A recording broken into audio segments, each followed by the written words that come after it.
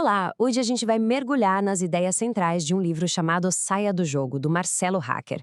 É uma análise, sabe, bem profunda sobre como a nossa economia meio que se transformou num grande cassino e, o mais importante, como a gente pode encontrar as saídas. Bora lá então? O livro já começa com essa pergunta, bem direta.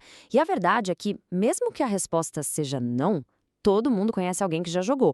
Alguém que botou dinheiro em day trade, que entrou no esquema de pirâmide, ou comprou aquela criptomoeda que ia, supostamente, mudar tudo. A real é que o Brasil virou um cassino gigante e nos fizeram acreditar que isso é normal. Para a gente entender o tamanho disso tudo, vamos começar com uma história real. A história que inspirou o livro. É aqui que a gente vai conhecer o cassino de perto. Essa pessoa é o Ricardo. Ele era amigo do autor e descobriu uma plataforma que ele não via como jogo, ele chamava de investimento. Tinha um guru, sabe, com foto de carro importado, prometendo uns lucros assim surreais. E o Ricardo acreditou. No comecinho ele até ganhou alguma coisa, o que só fez ele apostar mais e mais. Foi o limite do cartão, as economias, um dinheiro da mãe, e aí, em 48 horas, o chão sumiu. E aqui vem o momento da virada de chave. Dentro do ônibus, voltando para casa depois de ir ao banco, o Ricardo olhou em volta. Tava todo mundo no celular. E cada tela parecia uma isca. Uma notificação aqui, outra ali. Ganhe R$ 500 por dia. E foi aí que caiu a ficha. A culpa não era só dele. O problema não era o jogador. O problema era o jogo. Um jogo que foi desenhado para todos nós. Isso, claro, não é um problema isolado. O preço que a saúde mental paga é altíssimo. Olha só, dados do próprio Ministério da Saúde mostram um aumento alarmante, 47% nas internações por transtornos de jogo compulsivo. O sistema não só leva o nosso dinheiro, ele sequestra a nossa dopamina, nosso sono, nossa paz. Agora, vamos para a parte mais importante, talvez. Entender que essa perda toda não é um acidente, não é azar, é o design do sistema. Vamos ver por que esse jogo já vem com as cartas marcadas. O livro faz uma análise genial de como cada geração foi parar num cassino diferente. A geração da avó, por exemplo, acreditou na promessa da carteira assinada. A dos pais, no poder de compra do plano real, que muitas vezes virou dívida. E a geração Z, que viu tudo isso dar errado, buscou a tal liberdade na internet e acabou caindo em outra armadilha. E os millennials, como o Ricardo, ficaram ali, no meio do fogo cruzado, com a promessa da faculdade e do sucesso que nunca chegou de verdade. Essa frase do comediante Afonso Padilha, que o livro destaca, resume perfeitamente o cassino de hoje. Aquela ilusão de ser o próprio chefe na economia de aplicativo é exatamente isso: trocar um patrão de carne e osso por um código que só quer saber de otimizar o lucro da plataforma, e não o bem-estar de quem está lá trabalhando. E essa tabela aqui escancara o contraste brutal entre o que prometem e o que acontece de fato. A promessa é liberdade financeira, mas a realidade, segundo dados da CVM, é que 97% dos day traders perdem dinheiro. A promessa é trabalho de onde quiser, mas a realidade para 72% é o burnout. O cassino digital vende um sonho, mas entrega um pesadelo disfarçado de oportunidade. E quando a gente acha que já viu todas as versões desse cassino, o livro apresenta mais uma, e essa é talvez a mais cruel. Ele argumenta que a teologia da prosperidade usa exatamente a mesma lógica. A promessa de um retorno multiplicado, o sacrifício financeiro e, no final, a culpa que é sempre transferida para a vítima. A história da tia do Ricardo, a Conceição, é de partir o coração, mas ilustra perfeitamente como isso funciona. Ela não fez uma aposta, ela plantou uma semente de fé. Quando o retorno prometido não veio, a falha não foi do sistema ou do pastor, foi da fé dela.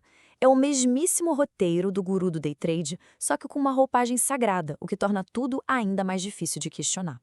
Ok, o cenário parece bem sombrinho, né? Mas é exatamente aqui que a história vira. O autor conta que, enquanto ele escrevia histórias de ficção sobre moedas alternativas e coisas do tipo, ele descobriu que elas já existiam no mundo real.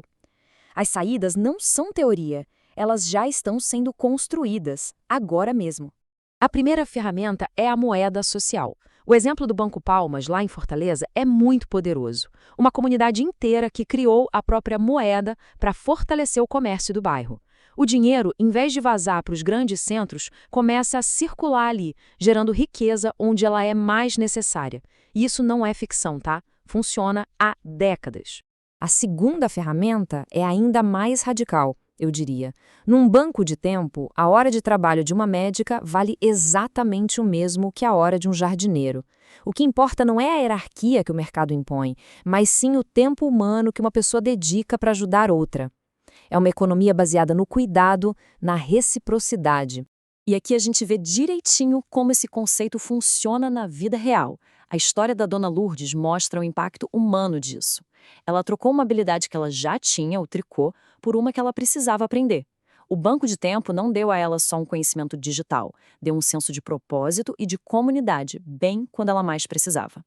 Então chegamos no ponto crucial. Moedas sociais e bancos de tempo não são só estratégias para a sobrevivência de uma pessoa. O livro argumenta que eles são, na verdade, os tijolos para construir uma economia totalmente nova, baseada na cooperação.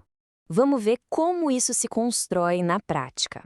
Essa tabela compara o modelo de um bancão, que é extrativista, com o de uma cooperativa de crédito. Pensa só, num banco, o cliente é o produto. Numa cooperativa, o membro é o dono. As sobras são distribuídas entre todo mundo. As decisões são democráticas. É uma mudança fundamental de lógica. E aqui tem um exemplo super concreto. Um grupo de trabalhadores que saiu do cassino do algoritmo. Em vez de ficarem competindo entre si por migalhas, entregadores lá de Belo Horizonte se uniram.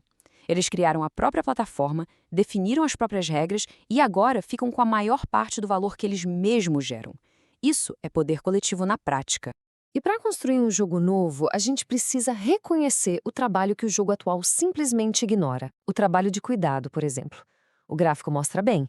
Ele é feito na maior parte por mulheres. São mais de 21 horas por semana contra 11 dos homens. É um trabalho que sustenta toda a economia, mas não é remunerado. Se fosse, valeria 20% do nosso PIB.